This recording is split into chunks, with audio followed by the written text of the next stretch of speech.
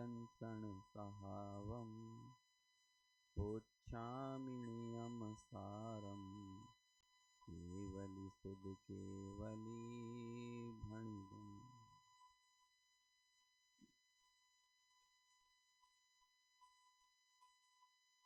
मंदिर जी के वार्षिकोत्सव के प्रसंग पर आयोजित इस 4 दिवसीय कार्यक्रम के निमित्त अपनी ये जो स्वाध्याय श्रृंखला जो सुबह से हमने शुरू की है, इसमें नियम सार ग्रंथ के आधार से आचार्यों के उस कथ्य को, उस वचन को समझने का प्रयास कर रहे हैं, जिस वचन के, जिस कथन के निमित्त से ये हमारे लिए साधन बनता है कि वो दृष्टि का विषयभूत भगवान आत्मा हमारी दृष्टि में आ सके। और यही वजह है कि इस गाथा को शुद्ध भाव अधिकार, नियम सार ग्रंथ के शुद्ध भाव अधिकार के अंतर्गत प्रस्तुत किया है। यहाँ बहुत अच्छे से हमें ये समझ लेना चाहिए कि शुद्ध भाव का मतलब वो कतई नहीं है जो 3 प्रकार के आत्मा के अवलंबन से होने वाले जो प्रगट भाव होते हैं, आत्मा के अवलंबन से हो या आत्मा के अवलंबन से ना हो, जो प्रगट भाव होते हैं, जिन्हें 3 प्रकार के कहा जाता है, शुभ भाव, अशुभ भाव और शुद्ध भाव। परिणति सब जीवन की 3 भांति वर्णी, एक पुण्य, एक पाप, एक राग हरिणी। जगत के सभी जीवों की ये 3 ही परिणतियां हैं, लेकिन इन तीनों परिणतियों से इतर ये किसी अलग भाव की चर्चा है। तो यदि ये वो वाला शुद्ध भाव नहीं है जो 3 परिणतियों में शामिल किया जाता है, तो ये कौन सा शुद्ध भाव है? शुद्ध भाव है। तो जब हम इस पूरे प्रकरण को पढ़ते हैं तो हमें समझ में आता है ये प्रकट होने वाला शुद्ध भाव नहीं है, ये आश्रय लेने वाला शुद्ध भाव है। तो क्या शुद्ध भाव भी 2 तरह का होता है? अरे शुद्ध भाव छोड़ो, जीव भी 2 तरह का होता है। यहाँ पर जब ये अधिकार शुरू होता है तो आचार्य कहते हैं जीवादि बहित तच्चम हेयम उपादेयम अपणो अप्पा। जीवादि सब बहिर तत्व हैं और आत्मा के लिए तो आत्मा उपादेय है। अब कोई सोचने लगे कि भैया आत्मा ही तो हम जीव मानते थे, और अभी जो एक गाथा लिखी जस्ट 47 के पहले, वहां पर जो विशेषण बताए वो तो जीव के ही तो विशेषण है। अरस अरूपम गंधम अवत्तम चेदना गुणमसद्धम जान अलिंग गहनम जीवो। अब वहां तो जीवो कह रहे हैं, जीवो है ना, अनिर्दिष्ट संस्थानम। तो जीव अनिर्दिष्ट संस्थान है, जीव अरस है, जीव अरूप है। और एक तरफ आप कहते हो कि जीवादि बहित तच्चम है। ये क्या चक्कर चल रहा है? जैसे तैसे तो हम समय निकालते हैं स्वाध्याय सुनने के लिए, पढ़ने के लिए, और यहाँ आकर तो कंफ्यूज हो जाते हैं। हम सीखने आए थे ये कि उससे हमारा कंफ्यूजन दूर हो। फिर तो हमें वो किसी लेखक की पंक्तियां याद आती हैं जिसने कहा है no knowledge no confusion, more knowledge more confusion. तो जब तक हमारे पास कोई नॉलेज नहीं था तो हमें तो कोई कंफ्यूजन नहीं था। और हम अखंड रूप से क्या माना करते थे, क्या समझते थे कि जो शरीर है ना यही मैं हूं, इसमें हमें कोई कंफ्यूजन नहीं था। यहाँ आकर तो हम डमाडोल हो जाते हैं। आप कहते हो जीव को जानो, है ना, यदि सिद्धि की हो चाहना, यदि मोक्ष की हो चाहना, तो जीवन रब को जानिए, उसी को, उसी का अनुचरण करिए, उसी को पहचानिए। तो एक तरफ तो आप कहते हो जीव को जानो, जीव की श्रद्धा करो और जीव का अनुचरण करो, लेकिन भैया पहले ये तो तय कर लो कि जीव है कौन सा। कुछ समझ में ही नहीं आता आपके यहाँ जीव भी 2-2 तरह के हैं, भाव भी 2-2 तरह के हैं। तब आचार्य को समझाना पड़ता है कि देखो भाई, आगम में वचनों की एक संख्या सीमित है, लेकिन उन सीमित वचनों से असंख्यात अर्थों का प्रतिपादन होता है। तो संख्यात हो गए शब्द और अर्थ कितने हो गए? असंख्यात। लेकिन उन असंख्यात अर्थों से भी ऊपर उठकर शब्द हमें अनंत ज्ञान तक ले जाने का साधन बनते हैं। और इसीलिए हर एक वस्तु को 3 तरह से प्रतिपादित किया जाता है और इसी से 3 नए खड़े होते हैं, शब्द नए, अर्थ नए और ज्ञान नए। हमारे पास मर्यादा तो है कि हम इन सीमित शब्दों में ही आपको बता पाएंगे उस अनंत आत्मा का स्वरूप। तुम सीमित शब्दों में मत रह जाना, शब्दों की राख के नीचे छिपी हुई जीवंत आग को पकड़ना, सिर्फ राख से खेलने मत लग जाना या राख में ही संतुष्ट मत हो जाना। और वो जो जीवंत आग है, जीवंत आग मतलब चित चिकायमान जो चैतन्य ज्योति है, सीमित नहीं है, वो ना संख्यात है और ना असंख्यात है, वो तो अनंत ज्ञानात्मक है। तो इसलिए जब कुछ बातें ऐसी कही जाती हैं जो प्रसंग के अनुसार किसी अलग अर्थ को बताती हैं, कुछ शब्द अलग प्रसंग पर प्रयोग होते हैं तो उनसे अलग अर्थ निकलता है, और वही शब्द अलग प्रसंग में प्रयोग किया जाता है तो उसका अर्थ भी बदल जाता है। अब देखो कमाल की बात, शब्दों में कोई अर्थ नहीं है, सारा अर्थ प्रसंग में छुपा हुआ है कि वो किस प्रसंग में बात की जा रही है। इसीलिए जैन दर्शन में इस वस्तु व्यवस्था को समझने के लिए एक पद्धति दी, और वो पद्धति कहलाती है प्रमाण और नय की व्यवस्था। आचार्य ने ये बताया हमें कि तत्वार्थ श्रद्धानम सम्यक दर्शनम, और फिर वो तत्वार्थ क्या होते हैं ये बताने के लिए सूत्र लिख दिया, जीवा जीवाश्रव बंध संबर निर्जरा मोक्षास तत्वम। फिर उन्होंने कहा अब हम इन्हें जाने कैसे, इन्हें सीखे कैसे, इनका श्रद्धान कैसे करें। तो जब श्रद्धान करवाने की बात आई तो कहा कि इसे सही तरह से जानो, इनका अधिगम करो। तो वो अधिगम कैसे होता है? तो कहा कि प्रमाण और नय से होता है। इसे कहेंगे प्रमाण नय रधिगम, प्रमाण और नय से उसका अधिगम होता है। समझ में आया ना?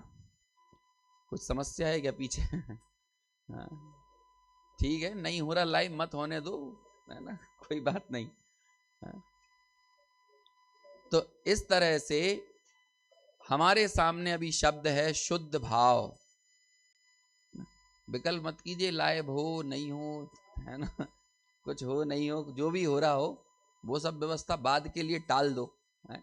नहीं तो हम गाथा चारिसिया सिद्धप्पा पढ़े है ना। तो अब ये हमारे पास 2 जगह पर प्रयोग किए जाने वाले एक ही शब्द हैं। एक तो शुद्ध भाव वो है जो प्रकट करना है, जो हमारा साध्य है, जो हमारा लक्ष्य है, और एक शुद्ध भाव वो है जिसका आश्रय लेना है, जो आप यहां पर प्रस्तुत कर रहे हो। ऐसे ही जीव की बात करते हैं कि जीव वो बहिर्तत्व है। कौन सा जीव? जो 10 प्राणों से जीता है। और कौन सा जीव यहां दृष्टि का विषय लेना जिसे आत्मा कहा गया है, आत्मा के लिए आत्मा ही उपादेय है। तो आत्मा तो हो गई, 1-2 आत्मा प्रयोग हुए ना, आत्मा के लिए आत्मा उपादेय है।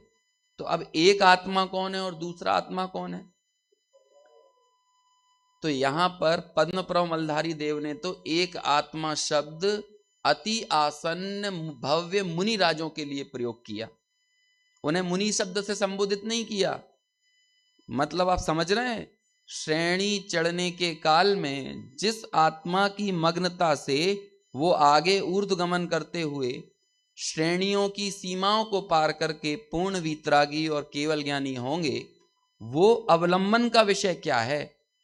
कहते हैं कि अब वो आत्मा नहीं रह गए हैं, वो मुनि नहीं रह गए हैं। जब वो श्रेणी चढ़ने के काल में हैं, ये लिंग तो उनका नीचे ही छूट गया।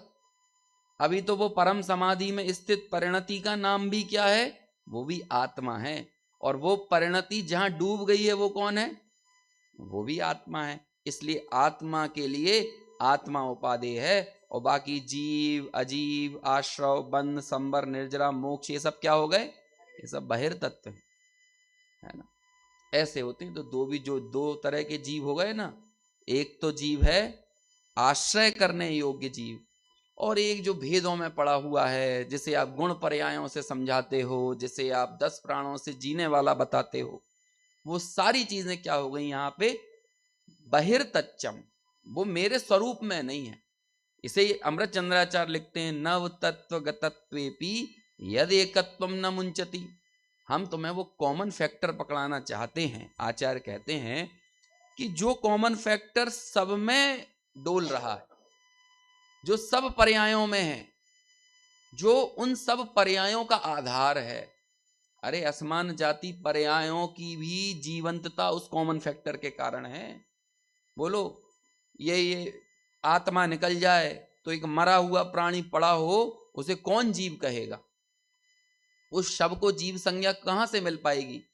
तो ये जो जितने मुर्दों में भी जो आपने जीवत्व का आरोपण किया था, वो भी उस तत्व के कारण किया था। लेकिन हमारे साथ समस्या ये खड़ी होती है कि वो जो कॉमन फैक्टर जिन अनेक विशेषों से गुजरता है, हम उस एक विशेष को अपना मान लेते हैं। हम तुमको अविरल बहने वाली धारा से परिचित कराना चाहते हैं। आने जाने जो जिस धारा से, जिस तट से वो धारा गुजर जाती है, हम उस तट को पकड़कर बैठ जाते हैं। ये 4 गतियां, ये ज्ञान की अनेक अवस्थाएं, मति श्रुति ज्ञान अवधि मन पर्याय केवल ज्ञान, ये कर्म की विविध अवस्थाएं, इन सब से वो कॉमन फैक्टर गुजर कर जा रहा है। ये कषायों का चक्र, जो कषाय चक्र कभी आता है और फिर चला जाता है, लेकिन हम उस एक कषाय चक्र को पकड़कर बैठ जाते हैं। कोई ने हमसे 25 साल पहले कोई अपशब्द कहे होंगे, वो तो कब का आके चला गया। बोलने वाला भी बदल गया, तुम भी बदल गए, अवस्था से तुम भी बदल गए, और वो पर्याय तो कब की कहां से आके गुजर चुकी है। लेकिन आज भी हम वो 25 साल पुराने शब्द को पकड़कर ऐसे खड़े रहते हैं कि मानो कि वहां से आगे बढ़ना नहीं चाहते। अरे लोक में भी किसी एक स्थान पर अटक जाओ तो आगे बढ़ना रह जाता है, ऊपर जाना रह जाता है। ऊपर जाना यानी हमारा जो ऊर्ध्व गमन होना चाहिए, श्रेणियों में आगे बढ़ते रहना चाहिए था, वो वहीं थम जाता है। और हम तो ना जाने कौन कौन से तटों पर उलझे पड़े रहते हैं, कभी किसी पर्याय के तट पर, कभी किसी विकारी भाव के तट पर, या कभी किसी शुभ भाव के तट पर। है तो वो सभी तट आचार्यों ने और इस कलिकाल में गुरुदेव श्री ने हमारे लिए वो काम किया कि भाई उस निरंतर बहने वाली धारा से परिचय करो, जो निरंतर तुम्हारे साथ बनी हुई है, जो तुम्हारा त्रिकाल सत है, जो तुम्हारा तात्कालिक सत नहीं है, जो तुम्हारी परिस्थिति नहीं है, जो तुम्हारी वस्तु स्थिति है। जो वस्तु स्थिति को दर्शाए वो है निश्चय ने, और जो परिस्थिति को बताए वो है व्यवहार ने। तो जब हम ये कहते हैं कि शुद्ध भाव का अधिकार है ना ये, तो वो कौन सा शुद्ध भाव है? कौन सा शुद्ध भाव है? जिसको देखकर, जिसका आश्रय लेकर हमें सिद्धों में और हम में कोई अंतर नहीं दिखता है, और भवलीन संसारियों में और सिद्धों में। अरे सम्यक दृष्टि में और सिद्ध में अंतर ना दिखे तब तो समझ में आए। लेकिन भवलीन संसारी में ये शब्द नहीं डालते तो शायद हम यहीं कंफ्यूज रहते कि संसारी की बात हो रही है, वो सम्यक दृष्टि संसारियों की हो रही है, मिथ्या दृष्टि संसारियों की थोड़ी हो रही है। हम कहां सिद्धों के जैसे? हम कैसे हो सकते हैं? हमारे जीवन में तो कितनी ज्यादा चिल्लपों लगी हुई है, कितनी हैरानी है, कितनी परेशानी है, और हम उन हैरानी परेशानियों में डमाडोल हो रहे हैं, और आप हमको कह रहे हो कि हम सिद्धों की तरह हैं। तो आचार्य कहते हैं नहीं, तुम सिद्ध ही हो। मैं जो दिखाना चाहता हूं, जो बताना चाहता हूं, यदि उसे नहीं समझ, उस कारण को नहीं समझोगे, उस मूल कारण को जो सिद्धत्व के कार्य में छुपा हुआ है, तब तक तुम मेरी उस दृष्टि को नहीं देख पाओगे जो मैं दिखाना चाह रहा हूं कि सिद्ध और भवलीन संसारी दोनों एक है। अब देखो ये कैसा है, ये पूरा चक्कर, कैसे कारण को देखना, क्या है पूरी कारण की व्यवस्था। कमाल की बात है कि एक एक विषय अपने अनेक उप विषयों से जुड़ा हुआ रहता है। हमें लगता होगा यहाँ पे कि हम ये द्रव्यानुयोग का शास्त्र खोले हुए हैं, लेकिन यही तो कमाल है कि द्रव्यानुयोग जब कथन शैलियों में आगे बढ़ता है तो वो कर्णानुयोग को छूकर आ जाता है, वो चरणानुयोग को छूकर आ जाता है। ये तो सब कथन शैलियां हैं, समझ में आया ना। लेकिन इन कथन शैलियों में जब तक हम उन सारी चीजों को नहीं समझेंगे, फिर अब हमारे सामने एक विरोध पैदा होता है कि भवलीन संसारी और सिद्ध दोनों कैसे एक हो सकते हैं। मालूम है ये ब्रह्मास्त्र है, ये मिथ्या दृष्टि का ब्रह्मास्त्र है। हम आपसे कहेंगे तुम परमात्मा हो, तुम परमात्मा हो, तो मालूम यदि उसे अपने आप को परमात्मा ना देखना हो तो मालूम वो क्या कहेगा। तो ये कर्णानुयोग के शास्त्र में सब फालतू लिखा है क्या? ये जो आगम में कहता है, ये जो प्रथमानुयोग में हम पामरों की कथाएं पढ़ते हैं, ये सब फिजूल हैं क्या? इस तरह की बातें करता है। मालूम है कहां करी हैं ऐसी बातें? 45 गाथा तक, समय सार की 45 गाथा तक जब अनेक तर्क और युक्तियों से आचार्य कुंद कुंद ने इस बात को स्पष्ट कर दिया कि विविध प्रकार के विकल्प जो कि द्रव्य कर्म को, नौ कर्म को या भाव कर्म को जो आत्मा मानते हैं, और इन्हीं कर्मों की अनेक अवस्थाएं, वो 8 प्रकार की अवस्थाएं वहां पर बताई गाथा 39 से 43 तक। कहते हैं इन सारी अवस्थाओं में किसी पर द्रव्य का मिलान आत्मा में करने का नाम, उससे तुमने आत्मा को जान लिया, आत्मा को मान लिया, आत्मा को समझ लिया, ये मत समझ लेना। ये तो परात्मवादियों के मिथ्या विकल्प हैं, और यदि उन परात्मवादियों के अनुसार ही उस पर द्रव्य को आत्मा में मिलाकर स्वीकार करोगे, तब तक तुम दुर्बुद्धि ही रहने वाले हो। हम जैसे आपको यहाँ पे आत्मानुभव करो, आत्मानुभव करो, ये प्रेरणा दे दें, और हम सब वो प्रेरणा लेके, प्रेरणा लेना अच्छी बात होती है, लेना ही चाहिए। यदि प्रेरणा नहीं होगा तो कौन स्वाध्याय करने के मार्ग पे आगे आएगा, अनुभव करने के मार्ग पे आगे आएगा। लेकिन मात्र आपने प्रेरणा ले ली, अब मुझे तो आत्मा को जानना है, मुझे तो आत्मा को जानना है। लेकिन क्या आपको मालूम है, आप यहां से जाकर मान के चलो एक कल्पना में ध्यान लगाकर बैठ गए, है ना, और वहां आपको कोई किसी भी तरह की अनुभूतियां हो सकती हैं, और सारी अनुभूतियों का निषेध 41 बोलों में किया है। 42 में मैं इसलिए नहीं बोल रहा हूं क्योंकि 42वां बोल अस्थि का है। 42 बोल 49 नंबर की गाथा के हैं ना समय सार में। 41 बोलों में सिर्फ ये कहा है आत्मा ऐसा नहीं, आत्मा ऐसा नहीं, आत्मा ऐसा नहीं। तो हम उन्हीं 41 में से कहीं किसी आत्मा की कल्पना कर लेंगे। लोगों से पूछा कैसा लगता है तुम्हें, कैसा लगा तुम्हें आत्मानुभव में? कहते हैं बहुत एकदम ठंडक का एहसास हुआ, है ना, एकदम सफेद बगुला जैसा कुछ सामने झलकने लगा। कहते हैं बगुला झलका तो बगुला ही झलका, वो आत्मा नहीं झलका। समझ में आया? ऐसी कोई सफेदी यदि दिख रही है भैया, वो तो वर्ण से रहित है, वो तो स्पर्श से रहित है, तुम्हें क्या ठंडी हवा का एहसास हो रहा है? अरे ये अनुभूति की बात है।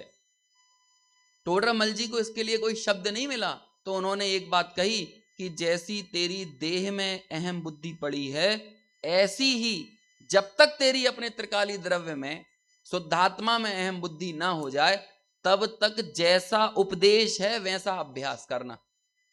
तो ये उपदेश लेने जब आएंगे तभी तो उसका स्वरूप ख्याल में आएगा। तो इसीलिए यदि कोई उस आत्मा के वास्तविक स्वरूप को ना समझो, और वो वास्तविक स्वरूप को समझाने के लिए हमें नास्तियों का सहारा लेना पड़ता है। आचार्य कुंद कुंद का समय सार एकत्व विभक्त को बताने वाला है ना, लेकिन आप उसका एक बार अच्छे से अवलोकन करना, वहां आप देखोगे विभक्त आत्मा तो 99% है, एकत्व का 1% स्वरूप होगा। अरे बात जहां से शुरू होती है ना, समय सार की क्रांतिकारी गाथा कौन सी, नवी होदी अपमत्तो नापमत्तो, कहां से शुरू हुई? विभक्त से, नास्ति से शुरू हुई ना। नास्ति मतलब विभक्तता। और आगे बढ़ो, नवीनाणम न चरितम न दंसणम, ये क्या है? नास्ति नास्ति, क्यों बोलना पड़ रहा है ये नास्ति? और आगे बढ़ते जाओ, आप जहां जहां भी जाओगे तो आप आगे देखोगे वो अवध स्पृष्ट है, वो असंयुक्त है, और है ना सब जगह आ लगा लगा के नास्ति करते हैं। फिर और आगे बढ़ जाओ तो अरस है, अरूप है, अगंध है, अव्यक्त है। तो कहते हैं महाराज है कैसी, इतना बताओगे कि नहीं? तो आचार्य कह देते हैं चेतना गुण वाला है। कहते हैं कैसा चेतना गुण? कहते हैं जैसा है वैसा चेतना गुण। जैसा है वैसा कैसे होता है? कहते जैसा है वैसा वैसा ही होता है जैसा होता है। और उसमें क्या कहते हैं, क्योंकि जब तुम्हें ये लग जाएगा, जैसी अनुभूति होगी, उस अनुभूति में तो सिर्फ अनुभूति रह जाएगी, तुम कहां किसी अन्य चीज में डोलोगे। यदि कोई और चीज बताने के लिए रहेगी भी तो एक ही चीज रहेगी, क्या है? उपयोग केवल एक में। ये गाथाएं हैं कि नहीं, धर्मादि मेरे कुछ नहीं, उपयोग केवल एक में, है ना, मोह मेरा कुछ नहीं, उपयोग केवल एक में। तो एकत्व तो इतना ही सा है, उपयोगो उपभोगो लक्षणम, इतना सा उपयोग है। इसी बात को पहले 47वें नंबर की गाथा में चेतना को समझाते हुए कहा, तुम लक्षण किसको बनाओगे? कर्म चेतना को तो बना नहीं सकते, कार्य चेतना को तो बना नहीं सकते, तो कौन सी चेतना बनाओगे? ज्ञान चेतना ही तो रह जाएगी। एक और बहुत अच्छी गाथाएं 23, 24 और 25 नंबर की गाथाएं समय सार में, जब ये कहते हैं यदि तू ये कहे कि पुद्गल द्रव्य तेरा हो गया तो तुझको पुद्गल होना पड़ेगा, लेकिन केवली भगवान ने तो तुझको उपयोग वाला बताया है, केवली भगवान ने तो तुझको जीव बताया है। अब बोल कि जब तू अपने आप को पुद्गल मानेगा या पुद्गल तेरा है ऐसा मानेगा तो तू केवली भगवान को नहीं मानता। और केवली भगवान ने ऐसे ही नहीं बताया, तू है इसलिए उन्होंने तुझे उपयोगवान बताया है, तू है तब उन्होंने जीव बताया है। लेकिन तू भगवान के सामने खड़ा होकर पुद्गल रूप ही अपने आप को मानता है और पुद्गल को ही अपना मानता है। जो केवली भगवान बताते हैं वैसा तो मानता नहीं है। अब ये तू बता, तू केवली भगवान को भी मानता है? तो वो तो कहां मानता है। अब जब उसके सामने केवली भगवान का नाम आया तो उसने फिर अगली गाथाओं में मालूम क्या बोला? देखो, यदि आत्मा और शरीर अलग अलग हो जाएंगे तो इन केवली भगवान की, तीर्थंकरों की स्तुति वो सब कैसी हो जाएगी? मिथ्या हो जाएगी। आचार्य कहते हैं भैया वो स्तुति सब व्यवहार से की जाती है, निश्चय स्तुति तो नाम ही उसका है जब तू इंद्रियों से ज्यादा अपने आप को जाने। मालूम क्या कहते हैं? ऋण सहावाधियम, ज्ञान स्वभाव सबसे ज्यादा लगना चाहिए। अभी याद कर रहे थे 31 नंबर की गाथा, गुरुदेव श्री अभी जो हम सीडी सुन रहे थे ना, उसमें ये बात आई थी, ऋण सहावाधियम। अब आप सब अपने अपने भीतर देखो, हमें क्या ज्यादा लगता है? और साहब आप कौन? अरे हमें नहीं जानते, हमारी एक होटल है, हमें नहीं जानते, हमारे पास इतना इतना बड़ा एक गार्डन है, ये इतना बड़ा मकान इमारत देख रहे हो ना शिवपुरी की सबसे बड़ी, ये किसकी? ये हमारी। तुम्हें तो ये ज्यादा लग रहा है, तुम्हें अपना ज्ञान स्वभाव ज्यादा कहाँ लग रहा है? एक नया एप्पल का मोबाइल आए और वो खरीद ले तो क्या ज्यादा लगने लगता है? एप्पल का मोबाइल ज्यादा लगता है, ज्ञान स्वभाव ज्यादा अच्छा कहाँ लगता है? थोड़े से 4, 6, 8 शास्त्रों को ज्यादा जान ले तो क्षयोपम ज्ञान ज्यादा लगने लगता है, ज्ञान स्वभाव ज्यादा नहीं लगता। थोड़ा सा सौंदर्य हो तो रूप ज्यादा लगने लगता है, ज्ञान स्वभाव ज्यादा नहीं लगता है। कहां कहां तक बात करें है? यदि कोई नई चप्पल खरीद लेना तो 50 बार नई चप्पलों को देखे, लोगों को चप्पल ज्यादा लगने लगती है, ज्ञान स्वभाव ज्यादा नहीं लगता। आचार्य कह रहे हैं कि इंद्रियों से ज्यादा तुझे ज्ञान स्वभाव लगना चाहिए। और इंद्रियों के 3 भेद किए, द्रव्येंद्रिय, भावेंद्रिय और इंद्रिय के विषय, मतलब सब चीजों से ज्यादा तुझे ज्ञान स्वभाव लगना चाहिए। क्योंकि ये इंद्रियों के अंदर उन्होंने सारे ज्ञेय भाव डाल दिए और उन ज्ञेय और ज्ञायक का जो संकर दोष पड़ा हुआ है उससे उबरने के लिए, उससे ऊपर उठने के लिए हमें प्रेरणा दी। भाव और भावक भाव का जो संकर दोष है उससे ऊपर उठने की हमें प्रेरणा दी उन गाथाओं में, समझ में आए। लेकिन हम वही गड्ढमड हाइब्रिड, है ना, हाइब्रिड समझ गए क्या होते हैं? संकर दोष, 2 बीजों को एक साथ मिला दो और फिर एक कोई पौधा उगाओ। आजकल होता है कि नींबू और संतरा, उन दोनों को मिला के हाइब्रिड बीज तैयार किया। अब वो ना नींबू है ना संतरा है तो क्या है? अब आप उसे कुछ भी कह सकते हो, हाइब्रिड नींबू है या हाइब्रिड संतरा है, क्योंकि दोनों ही मिला हुआ है ना। तो ऐसे ही ये तो तुम समझने के लिए उसको नाम दे दो। ऐसे ये जो मिली जुली अवस्थाओं में जीव है ना, ये तो हाइब्रिड जीव है, ये शुद्ध जीव नहीं है। और शुद्ध पर्यायों का आश्रय शुद्ध जीव होना चाहिए, हाइब्रिड जीव नहीं होगा। हाइब्रिड समझ गए? संकर, मिलावटी, विभिन्न पर्यायों में पड़ा हुआ वो जीव नहीं होगा। वो तो कौन सा जीव होगा? जिसके लिए सिर्फ ज्ञान स्वभाव सबसे ज्यादा है। णाण सहावाधियम, समझ में आए? और जब इतने तर्कों से आचार्य ने बात एकदम स्पष्ट कर दी, तो अभी उसके पास एक तर्क बचा हुआ था। ये बात जो हमारी इतनी चल रही है वो उस प्रश्न के जवाब में चल रही है। उसने कहा कि अच्छा ऐसा है, तो ये जो आगम में विविध प्रकार के भावों को जो आत्मा का कहा जाता है, तो क्या वो सारे आगम झूठे हैं?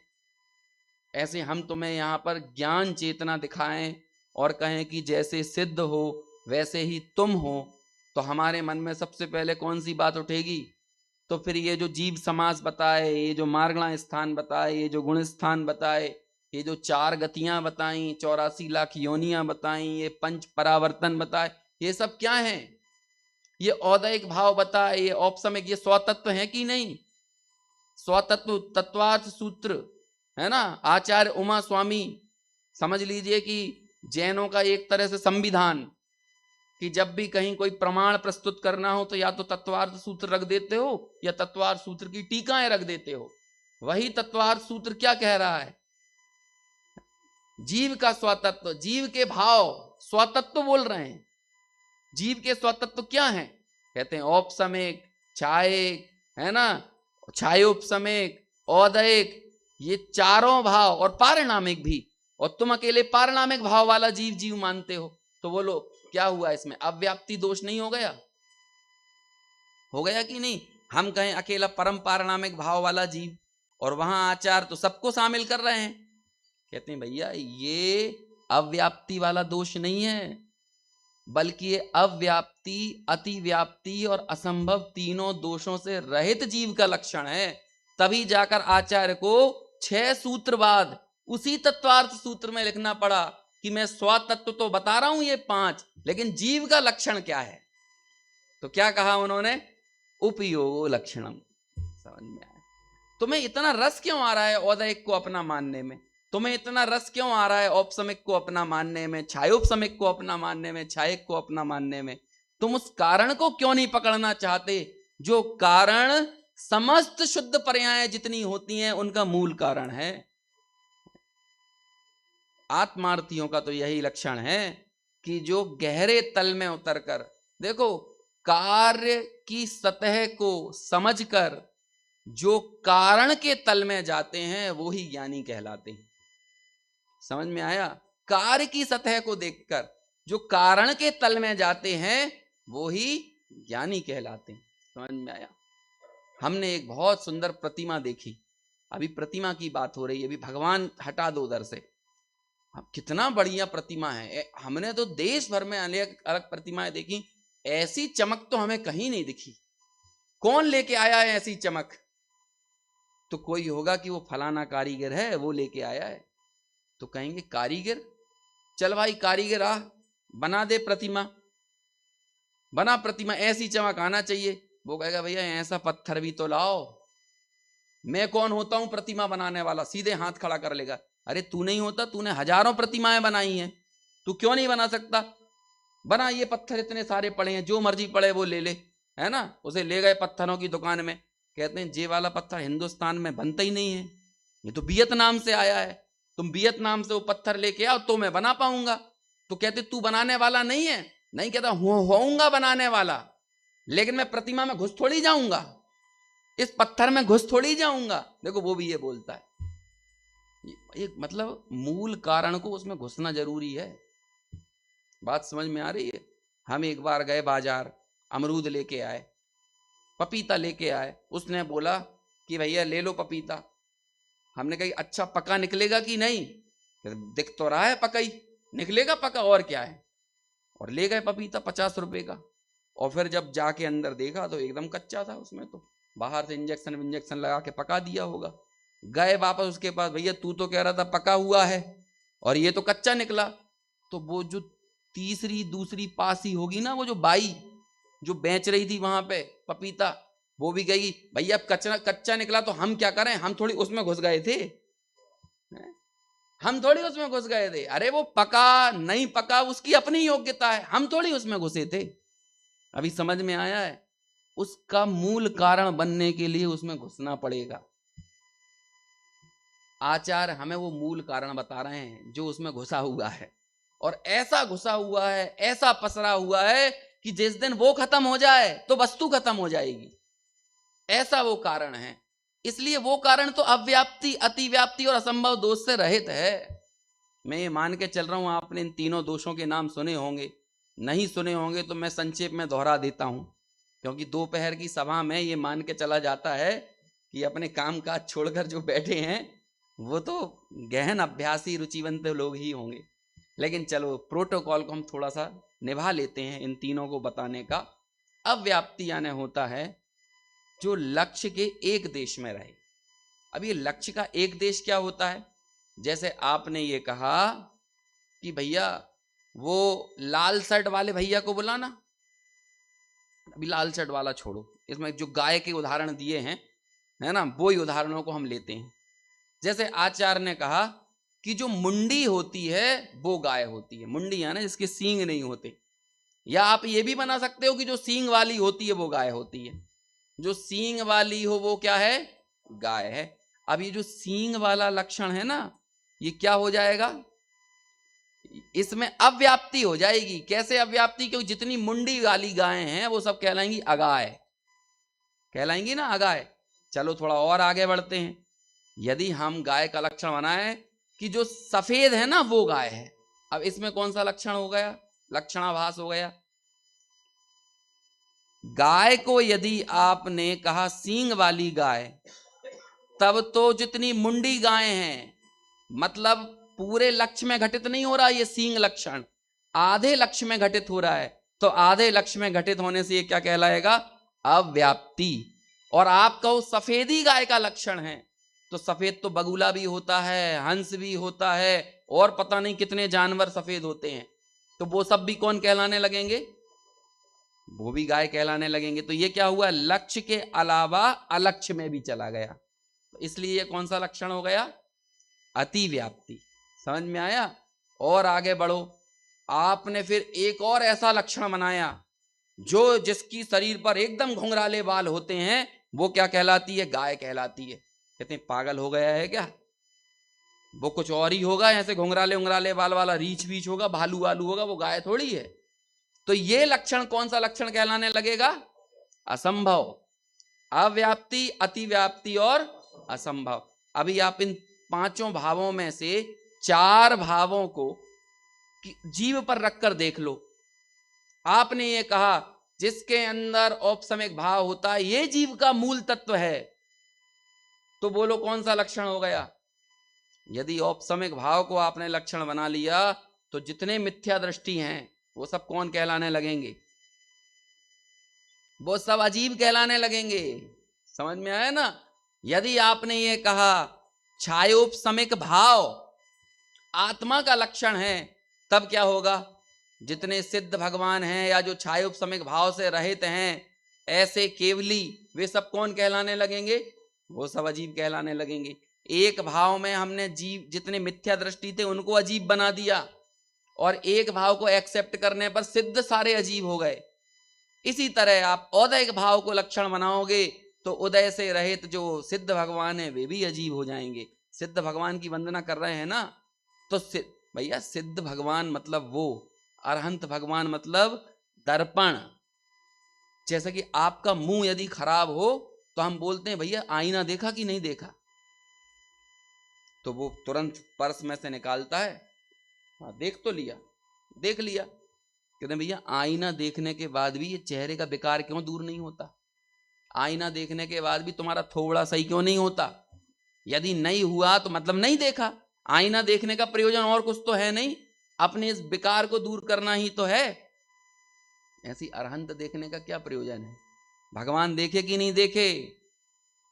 आंखों से देखना दर्शन नहीं है हमारे यहाँ, श्रद्धा में लाने का नाम दर्शन है।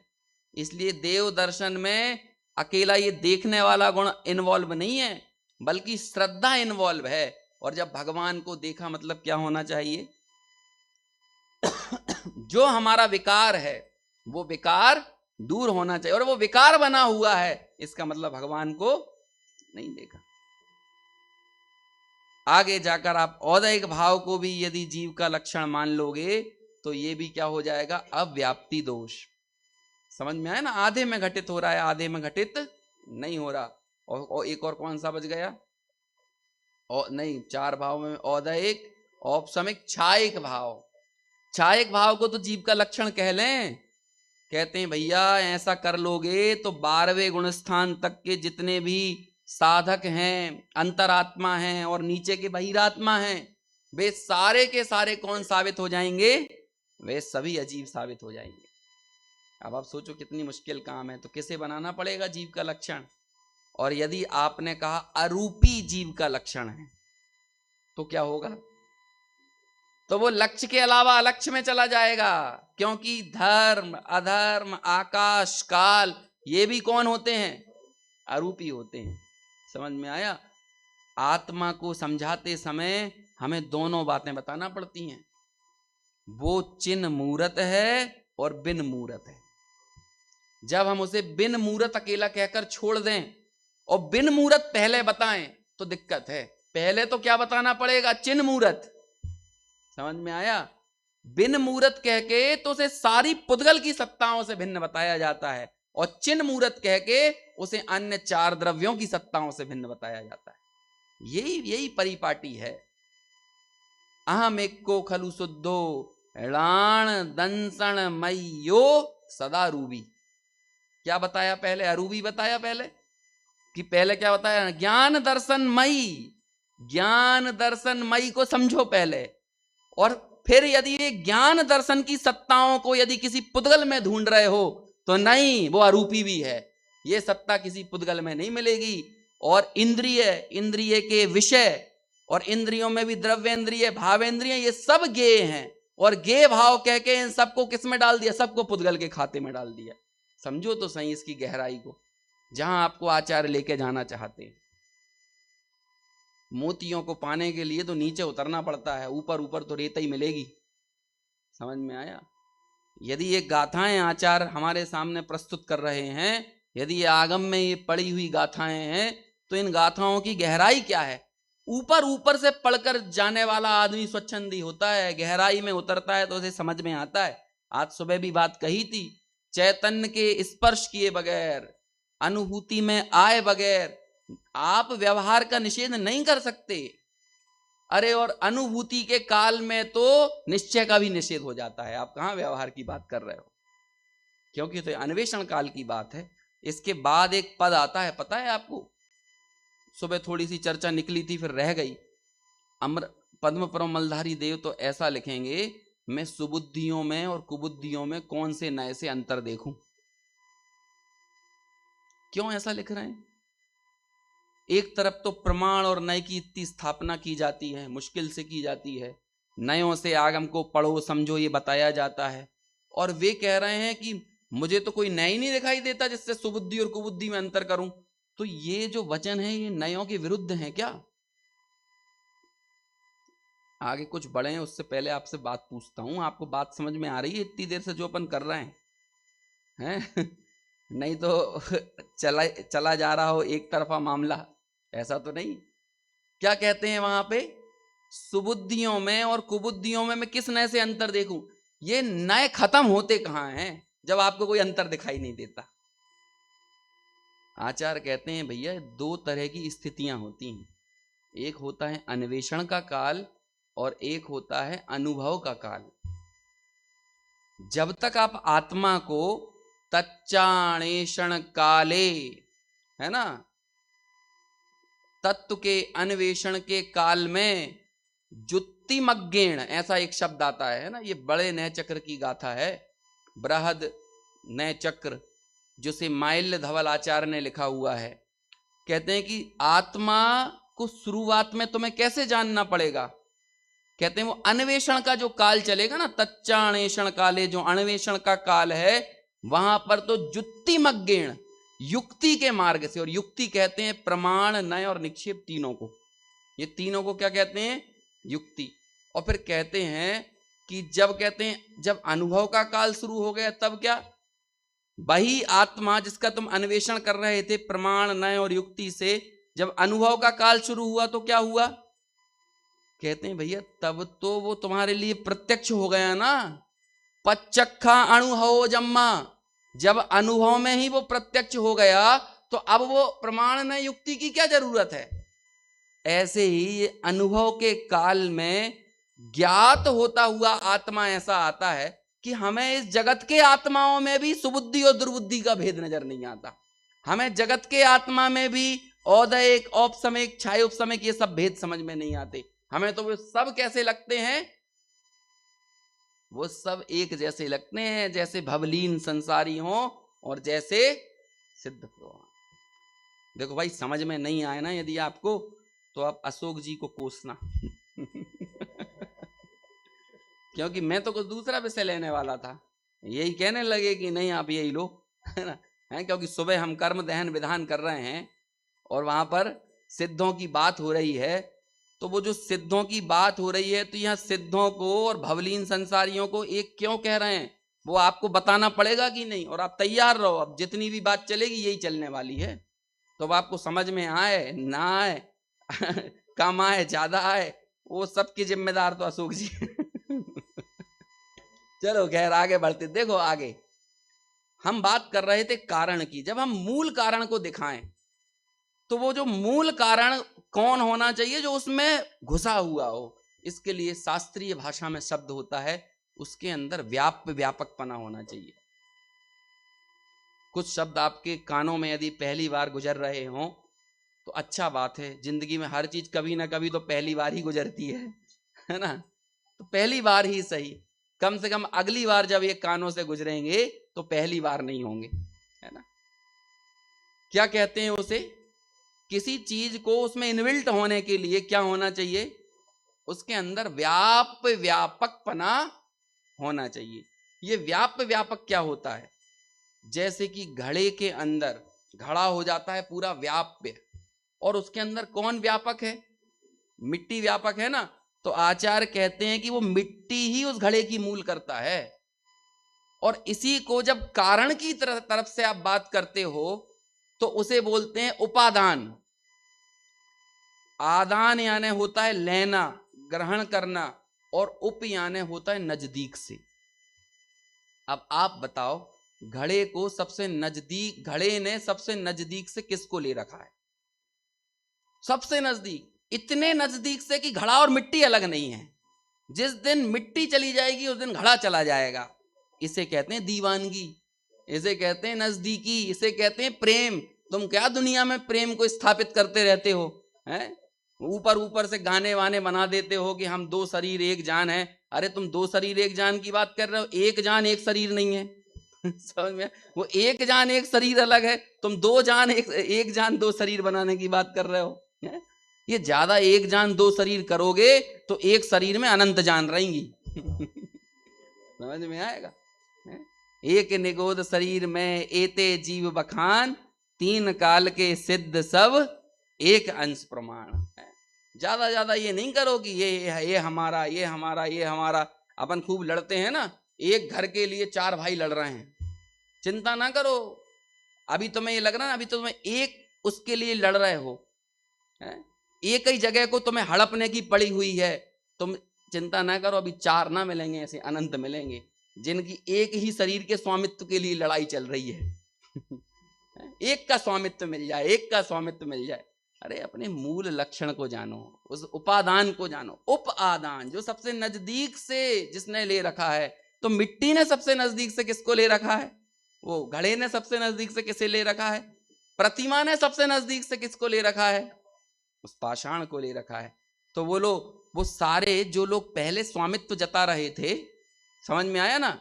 यदि आपने मूर्ति बनाने के लिए मूर्तिकार को बुलाया और वो अपनी तरीके से काम कर रहा था, और करते करते से तिरक आ गई, पूरी प्रतिमा में तिरक गई, तिरक समझ गए ना, उसमें दरार चल गई। अभी आप क्या बोलो, कैसी मूर्ति बनाता है भैया, मैं क्या करूं। अच्छा बन जाती तो बोलता मैंने बनाई, और अभी दरार आ गई तो मैं क्या करूं, पत्थर ही ऐसा था। तो जब बन गया, मूर्ति में ढल गया, तब भी यही बोलना पत्थर ही ऐसा था। हाँ, तो इसका उत्तर टोडरमल जी ने दिया है मोह की महिमा में, है ना। या तो तू सबका कर्ता बन या पूरी तरह से अकर्ता रहे। जो कार्य तेरे अनुकूल हो जाता है वहां तो मैंने किया मैंने किया मैंने किया है? मैंने यदि आपको समझा दिया तो मुझे ये लगने लगेगा देखो मैंने कितना बढ़िया समझाया, मैंने समझा दिया, और 4 लोगों को नींद आ गई, उन्हें उसमें मैं क्या करूं भाई, उनकी होनहार ऐसी, उनकी रुचि ऐसी, उनकी योग्यता ऐसी, तो अब बोलो इसमें क्या करें। यदि तुझे समझाने वाला बनना ही है तो सबका कर्ता बन, सबको समझाने वाला बन, और यदि नहीं बन पा रहा है तो किसी को नहीं समझा सकता, इस बात को स्वीकार कर। समझ में आया। एक समाधि तंत्र ग्रंथ है, बहुत मंगलमय अमृतकारी ग्रंथ है, उसकी 26 नंबर की गाथा है, श्लोक है 26 या 27 नंबर का श्लोक है। अब देखो मुनि राजों को कौन से कर्तृत्व का अभिमान हो सकता है, उनके घर दुकान मकान स्त्री पुत्र बच्चा तो कुछ है नहीं, एक चीज ऐसी है जो कर्तापने का अभिमान हो सकता है, जहां पे मैं समझता हूं या समझाता हूं, मैं किसी का प्रतिबोधन कर सकता हूं या प्रतिबोधित होता हूं, ये तो व्यवहार हो सकता है ना। वो कहते हैं उन्मत्त चेष्टा है ये, उन्मत्त नशा करके घूमने वाली चेष्टा है कि मैंने किसी को समझा दिया और मुझे किसी ने समझा दिया, क्योंकि दोनों एकदम बड़ी भिन्न भिन्न अवस्थाएं हैं। ऐसी समझना समझाना सबकी अपनी उपादान योग्यता से हो रहा है, क्योंकि उनका ये समझने रूप उपादान उनके भीतर विद्यमान है। तो तुम कौन हो, ये निमित्त किसका नाम पड़ता है, किसे निमित्त कहते हैं। देखो जब कार्य घट रहा होगा तो कोई ना कोई अगल बगल में खड़ा होगा, कोई ना कोई तो होगा। हालांकि जिस तरह से उपादान निश्चित व्यवस्थित है, ऐसे ही निमित्त भी अपनी अपनी जगह पे व्यवस्थित हैं, लेकिन उस निमित्त को लाने की जोड़ने की किसी भी तरह का लोड जो है ना, वो उपादान के ऊपर नहीं है, वो द्रव्य के ऊपर नहीं है। द्रव्य तो अपनी योग्यता से स्वयमेव परिणमन का कार्य करता है, उसे निमित्त को जोड़ने की तरफ भागने की जरूरत नहीं है।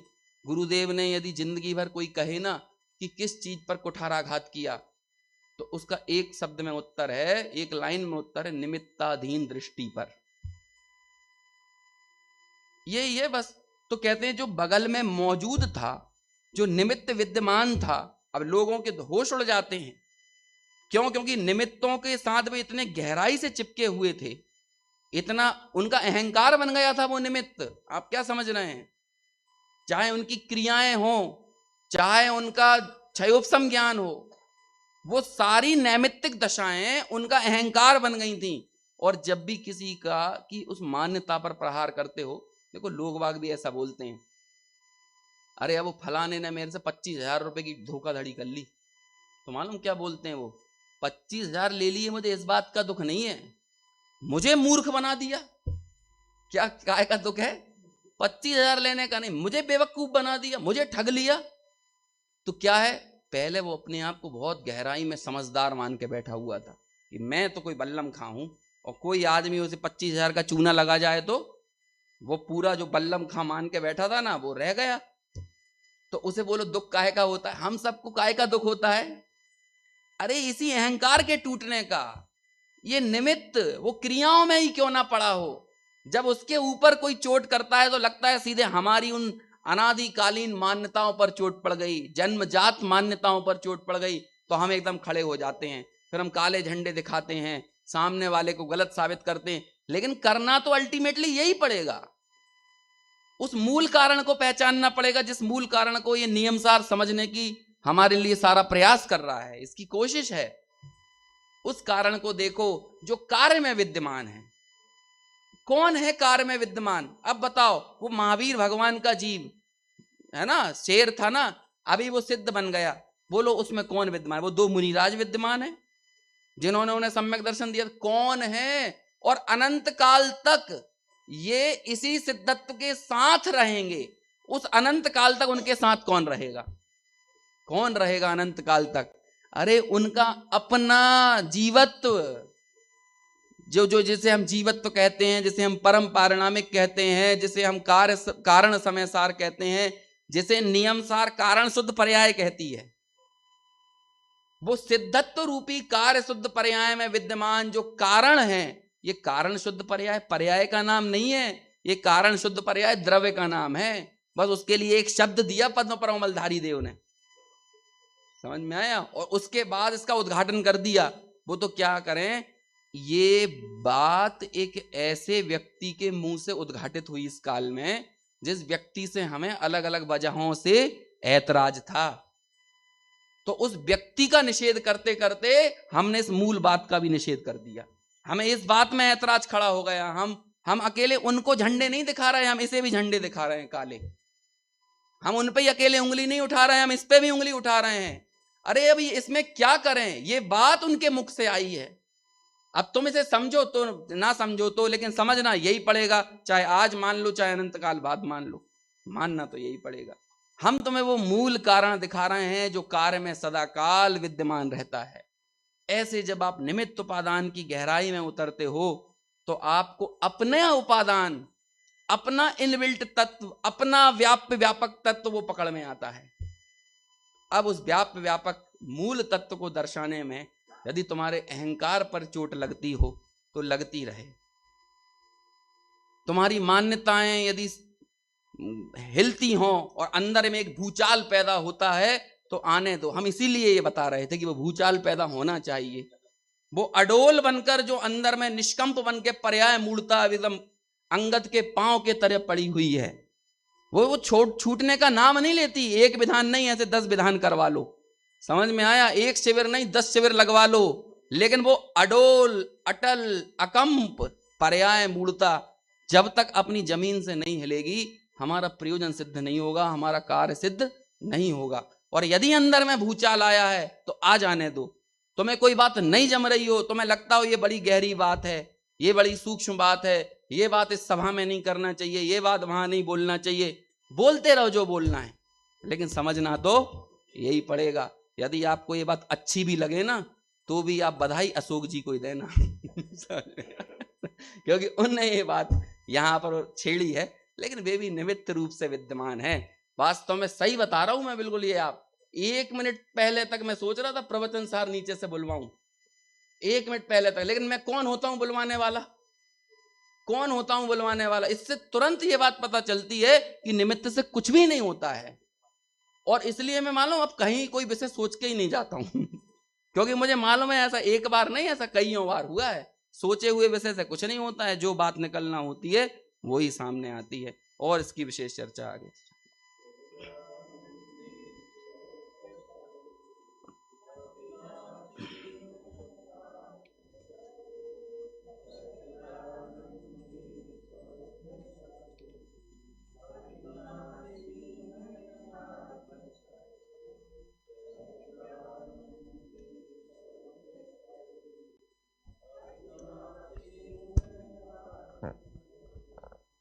जो होना है वो तो होगा ही नहीं है। ये एक कार्य होना था। 1 मिनट पहले निवेदन किया तो बोले ठीक है, ये वाली गाथा चलेगी, क्योंकि जो विषय चल रहा है उससे जुड़कर अपन कार्य करें तो विशेष मन लगता है। ऊपर गायन में भी आप सिद्ध भगवान के गुणानुवाद, नीचे स्वाध्याय में भी सिद्ध भगवान कैसे बनना है उसकी चर्चा अभी हमने यहाँ भोपाल से पधारे आदरणीय अंकुर जी भाई साहब के माध्यम से सुनी। सायंकालीन सभा हमारी यथावत 6:30 बजे प्रारंभ होगी, जो संगीतमय जैन भक्ति के साथ प्रारंभ होगी। 6:30 से 7:15 बजे तक भक्ति रहेगी। फिर 7:15 से 7:45 पुनः हम सीडी प्रवचन का लाभ लेंगे। जो विषय चल रहा है वो प्रवचन सारदी इधर चल रहा है, इधर की जगह इधर से चल रहा है। और फिर उसके बाद प्रथम स्वाध्याय हमारे छिंदवाड़ा से पधारे डॉक्टर विवेक जी साहब का होगा, और द्वितीय स्वाध्याय पुनः हम नियम सारदी के माध्यम से अंकुर जी के द्वारा सुनेंगे।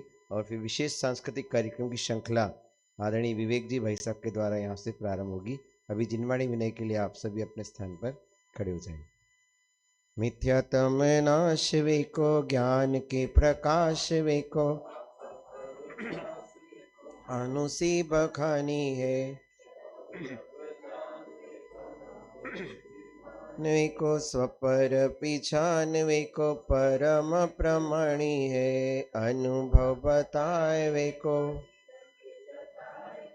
काहू न सताए वेको भव्य उर आनी है। जहाँ तहाँ तार वेको पार के उतार वेको सुख विस्तार वेको यही जिनवाणी है जिनवाणी भारती तो ये जपो दिन रेन जो तेरा शरणा गए सो पावे सुख। जावाणी के ज्ञान से सुझे लोकालो, सो वाणी मस्तक नमो सदा देत हूँ रो।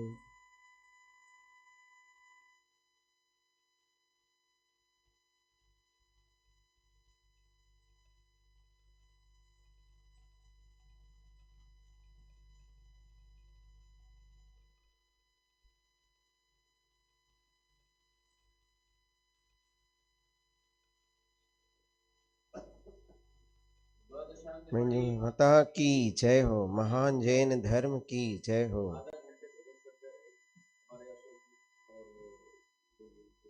अच्छा, विवेक जी भाई साहब द्वारा सांस्कृतिक कार्यक्रम, सांस्कृतिक कार्यक्रम, बहुत बढ़िया। सांस्कृतिक कार्यक्रम की भावना दीदी भी पधारी हैं छिंदवाड़ा से, और भी हमारे शिवपुरी के बहुत सुंदर सुंदर भजनकार गायक हैं, उनके भी बीच बीच में हम लाभ लेंगे।